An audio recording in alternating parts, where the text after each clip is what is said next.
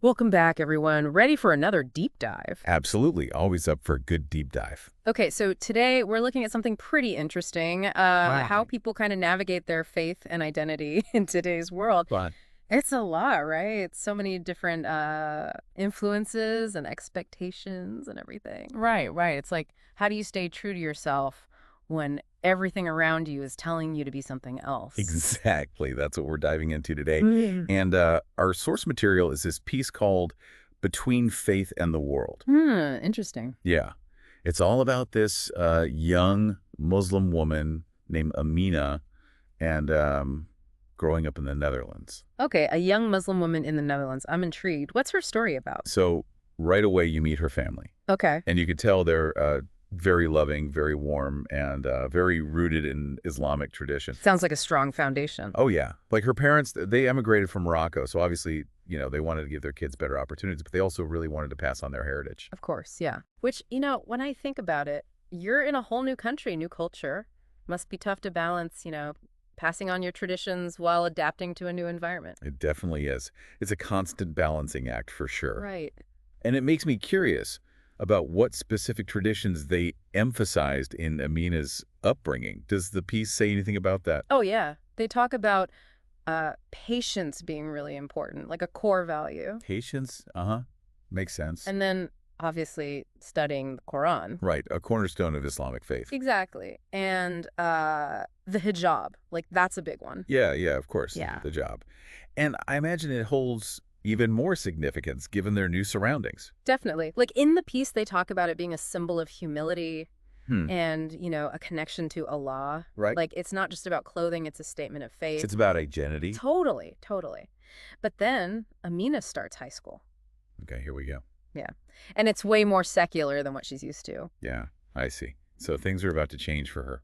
Oh, yeah. Like most of her classmates, they aren't thinking about religion on a daily basis. Yeah, that's a pretty common experience, especially in more secular societies. Right. And it's funny, there's this part where her best friend, Lisa, asks her, why do you limit yourself like that?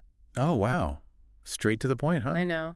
And Lisa didn't mean anything bad by it. Right, of course. Just a genuine question. Yeah. But it really shows you how differently they see the world. Oh, absolutely. Like their ideas of faith and freedom are totally different starting points. Exactly. And for Amina, it really makes her start questioning things. Like she's always just accepted these practices, but now, Now there's this new perspective challenging her. yeah, and it's like, why does she have to be so different from her friends? Why all the rules? It's like this seed of doubt. Oh, I get it. Like that one question from Lisa really threw her off balance. For sure. And I think anyone can relate to that feeling of being the odd one out, especially as a teenager trying to fit in and all that. Yeah, that's universal. Wanting to belong. Right. And for Amina, it's even more complex because it's not just about being part of the group. Right. It's about figuring out how her faith fits into, the world around her. Exactly. Who she is versus who everyone expects her to be. Yeah, and the pressure keeps building. Like they talk about all these party invitations, and Lisa keeps saying, just once, you deserve to have fun too. Oh boy, peer pressure at its finest. Yeah, I know. And Amina wants to have friends. She really does. But then there's this feeling of being judged, like she's not cool enough or too old-fashioned. So she's stuck in this tug of war, wanting to fit in, but also stay true to her beliefs.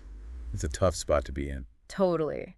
And that's where the story gets really interesting. It's Ramadan, Okay. the holy month. And the piece describes this moment during iftar. Iftar, the breaking of the fast. Yeah, exactly. And they describe it so vividly. Like Mhm. you can almost feel the warmth of the family gathered around the table. Okay. The smells of the spices and everything, and her father's prayer. It's more than just a meal. Yeah. It's this spiritual practice, this time for reflection and gratitude. And for Amina, it's like a turning point. It sounds really powerful, yeah. But I'm curious, does the piece say why this iftar was so important? I mean, she's obviously been through many Ramadans before, right? That's a great point. And what's interesting is that it wasn't anything like big or dramatic. It was just, the simple act of being with her family, sharing this ritual. That's what seemed to shift something inside her. It doesn't say this directly, but I wonder if it was like a mental reset. You Oh, know, nice. like all those doubts she'd been having, that feeling of being limited by her faith, Yeah. kind of just melted away as she reconnected with the meaning behind her practices. So it's like instead of feeling held back by her faith, it becomes this source of strength. Exactly. Like the Iskar experience reminded her that her faith isn't about restrictions, it's about connection to Allah, to her family, to her heritage. Right. And that's empowering. That makes me think about a time when, oh man, I was struggling with this huge decision and I felt so lost. But then I remembered this quote from my grandmother. I don't remember what it was exactly, but it was about trusting your intuition. And it was like, wow, it just grounded me, you know? It's funny how those little things, a quote, a ritual, Yeah, they can change your whole perspective. totally. So for Amina, this new way of thinking, it changes how she sees everything. Like her hijab, Yeah. which she'd kind of started seeing as a burden. Now it becomes a symbol of pride and belonging. And prayer, which might have felt like a chore sometimes, now becomes this source of comfort, a Yeah. way to connect with something bigger than herself. It's not about rules anymore. It's about something deeper. It makes you think, how many things in our own lives do we see as limitations when they could actually be, sources of strength? But anyway, back to Amina. What happens after this revelation? Does she, put it into action? Well, there's this part where she goes for a walk after iftar. It's very quiet, contemplative, and you can tell she's like processing everything, making sense of it all. And there's this new confidence in the way she walks, like a sense of peace. I read that part as just a transition, but now that you mention it, it does feel symbolic. Like she's literally walking into this new chapter. Exactly. Yeah. And it's in this moment where she really seems to own her identity. Okay. She's not trying to, but this time, Amina's response is different. She's like, no, Lisa, I have something much more important to do. I've found my own way. And then she just walks away, head held high. Wow, I'm getting chills just thinking about it. That line, I found my own way. It's so powerful. She's not rejecting Lisa, but she's making a choice. Right. A choice that reflects her own values. And that, I think, is the key takeaway from Amina's journey. True freedom comes from being your most authentic self, even if it means going against the grain. Yeah. Even if it means making choices that other people might not get. That's such a powerful message. And it makes me wonder. How often we kind of silence that inner voice to avoid those tough conversations. Yeah, it's easier to just go along with it all. Right. Even if it means compromising who you really are. It is. It's a constant back and forth, trying to figure out your own needs and values and then how to make that work with what everyone else expects. Right, right. And Amina's story really shows us something important. What's that?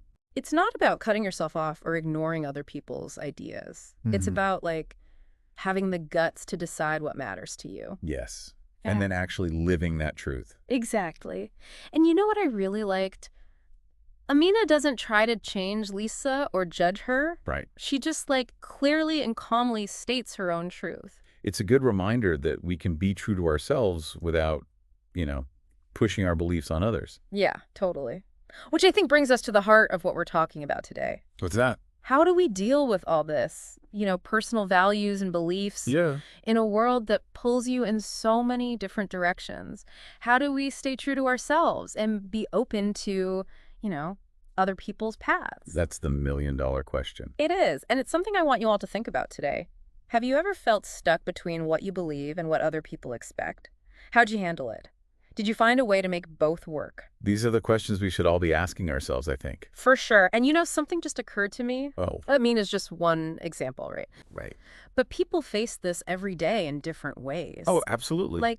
Think about immigrant families holding on to their culture while adapting to a new one. Yeah. Or artists trying to, express themselves authentically in a world that wants them to conform. It's all connected, yeah. Yeah. It's like this universal search for belonging without losing who you are. It's the struggle, isn't it? It really is. And as our world keeps getting more connected, right, these conversations are only going to become more important. How do we build communities where differences are celebrated, where we understand and respect each other, even if we disagree?